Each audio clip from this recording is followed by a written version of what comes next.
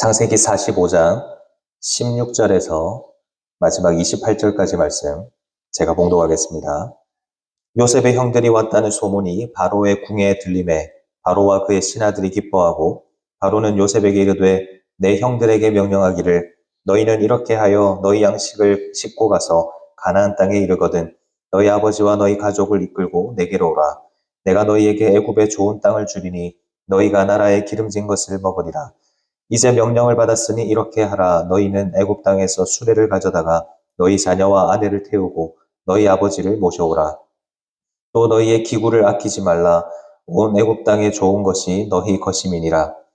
이스라엘의 아들들이 그대로 할세 요셉이 바로의 명령대로 그들에게 수레를 주고 길 양식을 주며 또 그들에게 다 각기 옷 한 벌씩을 주되 베냐민에게는 은 300과 옷 5벌을 주고 그가 또 이와 같이 그 아버지에게 보내되 수나기 10필에 애굽의 아름다운 물품을 실리고 암나기 10필에는 아버지에게 길에서 드릴 곡식과 떡과 양식을 실리고 이에 형들을 돌려보내며 그들에게 이르되 당신들은 길에서 다투지 말라 하였더라. 그들이 애굽에서 올라와 가나안 땅으로 들어가서 아버지 야곱에게 이르러 알리어 이르되 요셉이 지금까지 살아있어 애굽 땅 총리가 되었더이다. 야곱이 그들의 말을 믿지 못하여 어리둥절하더니 그들이 또 요셉이 자기들에게 부탁한 모든 말로 그에게 말하매 그들의 아버지 야곱은 요셉이 자기를 태우려고 보낸 수레를 보고서야 기운이 소생한지라. 이스라엘이 이르되 조카도다. 내 아들 요셉이 지금까지 살아있으니 내가 죽기 전에 가서 그를 보리라 하니라. 아멘. 하나님의 은혜와 기도의 응답이 있는 새벽 되시기를 주님의 이름으로 축원합니다. 이 시간 본문의 말씀을 가지고 더 깊은 은혜로의 초대, 더 깊은 은혜로의 초대라는 제목으로 함께 하나님 말씀을 상고해 보고자 합니다. 우리는 지난 시간들을 통해서 애굽의 총리가 된 요셉이 형들을 시험하면서 그들의 진심을 확인하는 과정들을 살펴보았습니다. 그리고 그 과정들 속에서 유다는 베냐민을 대신해서 평생 종이 되겠다라는 예수님을 닮은 희생의 모습을 보여주었고 이 모습을 본 요셉이 마침내 자신의 정체를 드러내자 온 형제들은 함께 부둥켜 안고 울면서 화해하고 관계의 회복을 경험하게 됩니다. 20년이 넘는 세월 동안 그들 마음 가운데에는 늘 죄의 짐이 무겁게 자리 잡고 있었는데 그런 것들이 이제는 덜어지고 진정한 용서와 화해가 이루어지는 감격스러운 모습을 우리가 확인했었습니다. 여기에 이어서 오늘 우리가 읽은 본문은 그 감격스러운 만남 이후에 이루어지는 장면들을 기록하고 있습니다. 요셉의 형들이 와서 요셉과 만났다라는 그 소문이 바로 왕의 귀에게까지 들리게 됩니다. 바로와 신하들은 이 소식을 정말 자기 일처럼 기뻐하면서 당장 가나안에 있는 아버지 야곱과 온 가족들을 다 모시고 이 애굽으로 오라라고 이야기를 합니다. 그러면서 좋은 땅도 약속을 하고 편하게 올 수 있도록 수레도 내어주겠다 말합니다. 이에 요셉은 온 가족들이 먼 길을 오갈 수 있는 넉넉한 양식과 또 귀한 옷들을 준비를 하고 바로왕의 명령대로 수레도 준비하여서 가족들을 모실 준비를 하죠. 그런데 여기서 우리는 이 초대를 받아들이고 이 수레에 올라타야 하는 아버지 야곱의 지난 세월들을 한번 돌아보면 좋겠습니다. 야곱은 요셉을 잃어버린 이후로 오직 슬픔과 한탄 속에서 살아왔습니다. 생명과도 같은 아들이 사라지게 되니까 야곱은 마치 자신의 영혼을 잃어버린 그런 사람처럼 20년이 넘는 세월 동안 죽은 자처럼 무기력하게 그렇게 살아왔습니다. 그러니 이제 아들들이 애굽에서 돌아와서 요셉이 살아있다라고 이야기를 하고 그가 애굽의 총리가 되었다라는 이야기를 할 때에 야곱은 그 말을 쉽게 믿지 못했을 겁니다. 실제로 26절을 보면 그 말을 믿지 못하고 어리둥절했다라고 기록을 하고 있죠. 그러나 자신의 눈앞에 요셉이 보낸 그 수레가 도착을 했을 때 도저히 믿을 수 없었던 그 말의 증거가 자신의 눈앞에 나타나게 되었을 때 성경은 비로소 야곱이 소생하게 되었다라고 이야기를 합니다. 어제 나누었던 것처럼 여기서 히브리어 원어로 보면 이 기운이라고 하는 단어는 그 사람의 영혼, 심령을 의미하는 단어예요. 그러니까 그의 영혼이 소생하고 살아났다라고 말하고 있는 겁니다. 그러니까 야곱에게 있어서 이 수레라고 하는 것은 단지 애굽으로 가기 위한 이동수단뿐만 아니라 신실하게 일하시는 하나님의 섭리였고 또 하나님의 예비하신 그 은혜로 나아오라는 귀한 초대장이었던 겁니다. 하나님은 절망 중에 있었던 그 야곱에게 눈에 보이는 수레를 보여주심으로써 이제 메마른 가나안을 떠나서 참된 생명이 있는 곳으로 나아오라라고 말씀을 하시는 겁니다. 더 깊은 은혜의 자리로 이 수레를 타고 나아오라라고 초대하고 계십니다. 우리도 마찬가지입니다. 우리도 예수 그리스도를 믿는 믿음으로 구원을 받았다라고 말은 하지만 정작 내 일상 속에서는 과거의 어떤 아픔과 상처 그리고 미래에 대한 불안함과 두려움 때문에 야곱처럼 영적인 무기력함을 느낄 때가 많이 있습니다. 하나님이 주시는 평안과 만족을 잃어버린 채 더 깊은 은혜의 자리로 나아가지 못하고 그저 은혜의 얕은 물가에 머물러 있으면서 눈에 보이는 세상 것에만 집착하며 살아갈 때가 있습니다. 바로 그때 하나님은 우리를 부르십니다. 우리가 상처와 두려움에 매여서 그냥 얕은 물가에 머물러 있는 것을 원하지 않으시고 은혜의 수레를 타고 더 깊은 은혜의 자리로 나아오라고 말씀하고 계시는 겁니다. 바로 그때 우리에게 필요한 것은 무엇인가?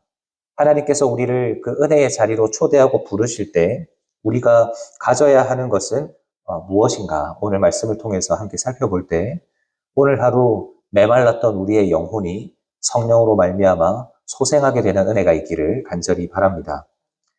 먼저 더 깊은 은혜로 나아가기 위해서는 우리는 용서에 대한 확신을 가지고 과거의 짐을 버려야 합니다. 용서에 대한 확신을 가지고 과거의 짐을 버려야 합니다.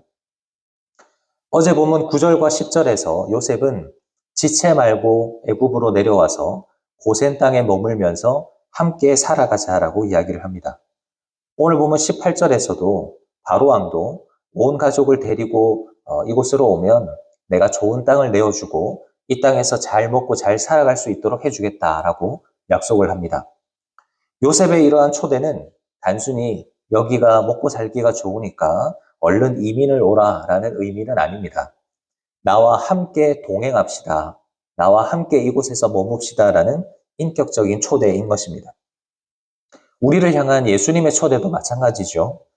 주님은 우리를 단순히 이 예배당, 교회라고 하는 이 종교적인 공간이나 장소로 우리를 부르신 것이 아니라 십자가 아래 예수 그리스도 자신의 품으로 우리를 초대하고 부르시면서 예수님 자신과 친밀하게 교제하자라고 말씀을 하시는 겁니다.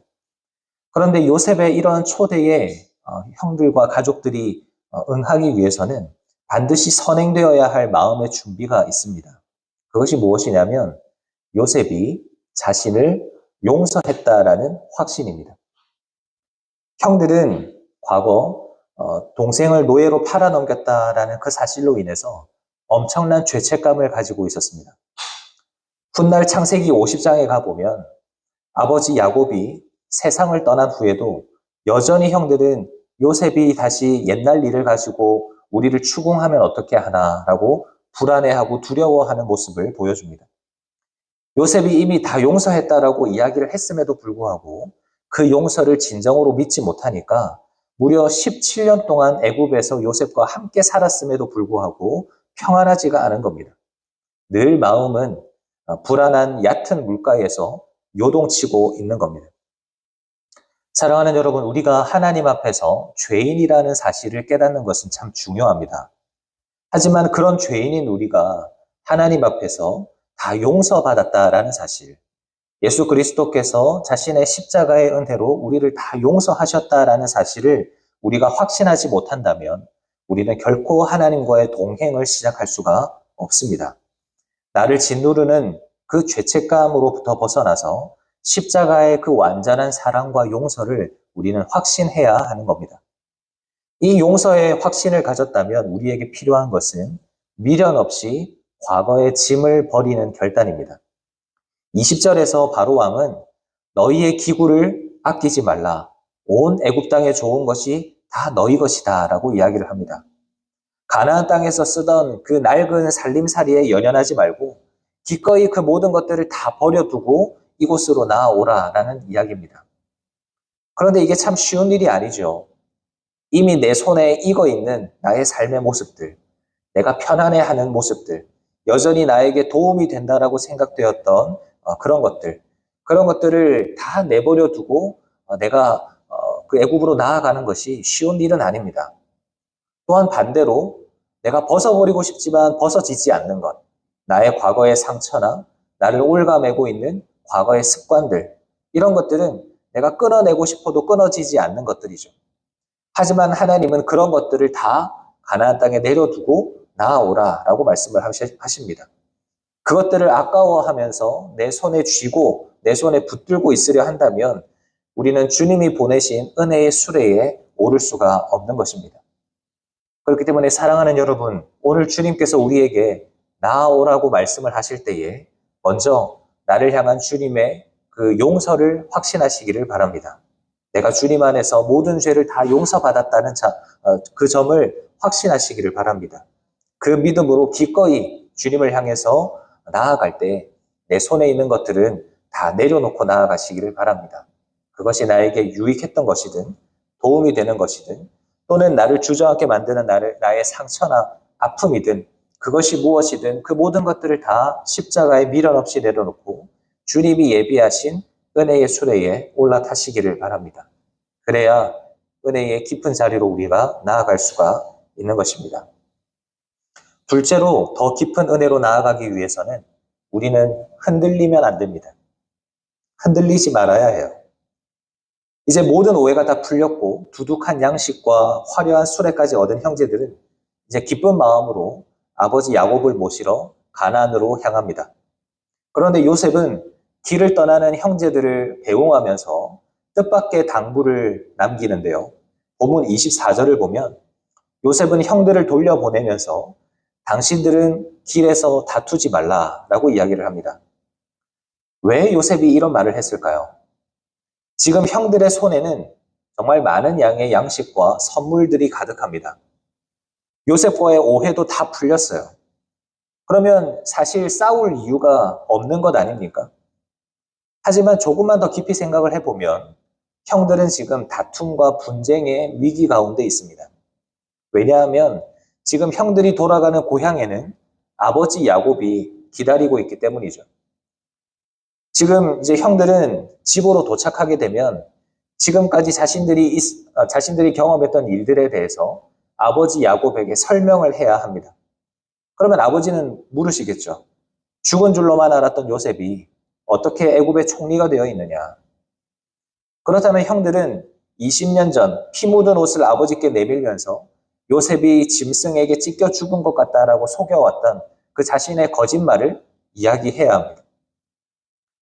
더 이상 거짓말이 통하지 않고 아버지에게 진실을 다 이야기해야 하는 순간입니다. 아버지의 눈을 보면서 자신들이 동생을 팔았다라는 그 죄를 고백해야 합니다. 그런 상황 속에서 어떤 일들이 벌어질 수 있겠습니까? 형들은 서로에게 책임을 추궁하면서 그것이 다 네 탓 아니었느냐? 네가 먼저 팔자고 이야기하지 않았느냐? 그러면서 책임을 전가하고 싸울 것이 분명했습니다.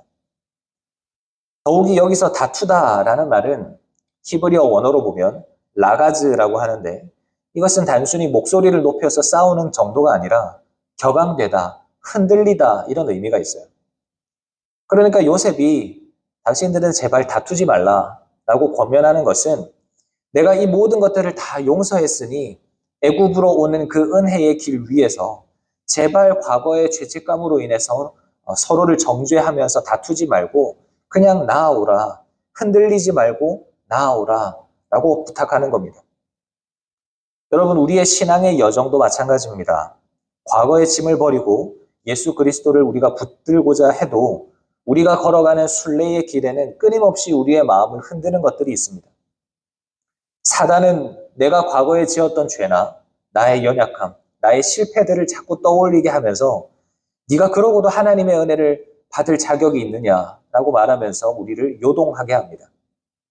또한 주변 사람들과의 관계 속에서 끊임없이 서로를 탓하게 만들고 서로를 향하여 서운한 마음이 들게 하면서 십자가의 은혜를 향하여 걸어가는 우리를 자꾸만 벗어나게 만듭니다.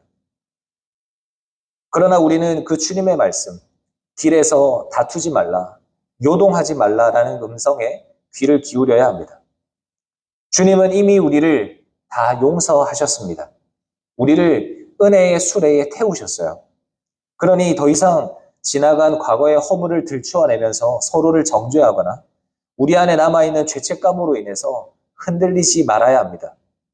오직 우리를 부르시고 이끄시는 그 주님을 바라보면서 좌로나 우로나 치우치지 말고 요동하지 말고 깊은 은혜의 바다를 향하여서 그냥 곧장 나아가는 우리가 되어야 할 것입니다.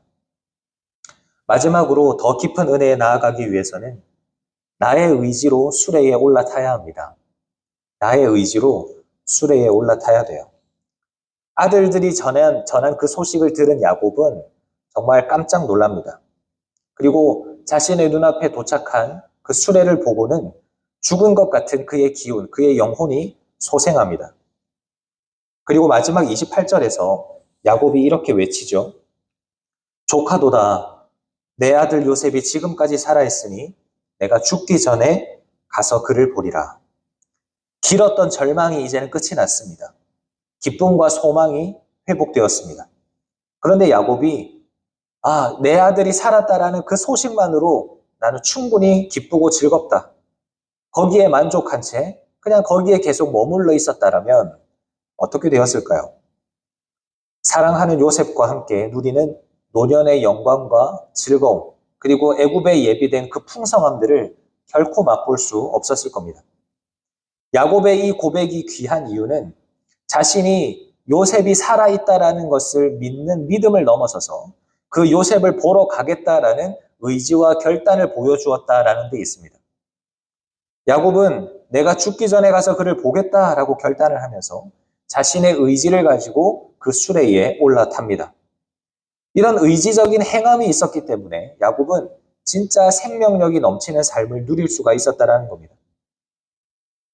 우리 자녀들이 학교를 진학할 때 아무리 좋은 교사와 좋은 커리큘럼이 있는 학교로 진학이 결정이 되었다라고 해서 아이의 학교 생활이 저절로 완성이 되는 것은 아니죠. 아무리 그 학교가 좋은 학교라는 것을 알았어도 그 학교로 직접 의지를 가지고 등교하지 않는다면, 그곳에서 수업을 듣지 않는다면 그 학교가 제공하는 유익은 아무것도 누릴 수 없을 겁니다. 마찬가지입니다. 우리가 예배를 드리면서 말씀을 들으면서 뭔가 마음에 도전이 되고 은혜를 받은 것 같고 내가 주님 안에 거해야 한다라는 사실을 다시 한 번 더 재확인했음에도 불구하고 그냥 그 상태에 머물러 있고 아무런 행함이 없다면 아무런 소용이 없습니다. 은혜를 받고 말씀을 깨달았다면 이제 남은 것은 우리의 의지로 주님께서 인도하시는 그 길을 걸어가야 하는 것입니다. 부담스러웠던 누군가를 용서하기로 결단을 하고 이웃에게 먼저 손을 내밀고 피곤한 몸을 이끌고 기도의 자리로 나아가는 그런 행함과 순종이 있어야 한다는 것입니다. 주님은 그저 우리가 감정과 깨달음에만 머물러 있는 수동적인 그리스도인이 아니라 믿음을 삶으로 살아내는 적극적인 신앙인이 되기를 원하십니다.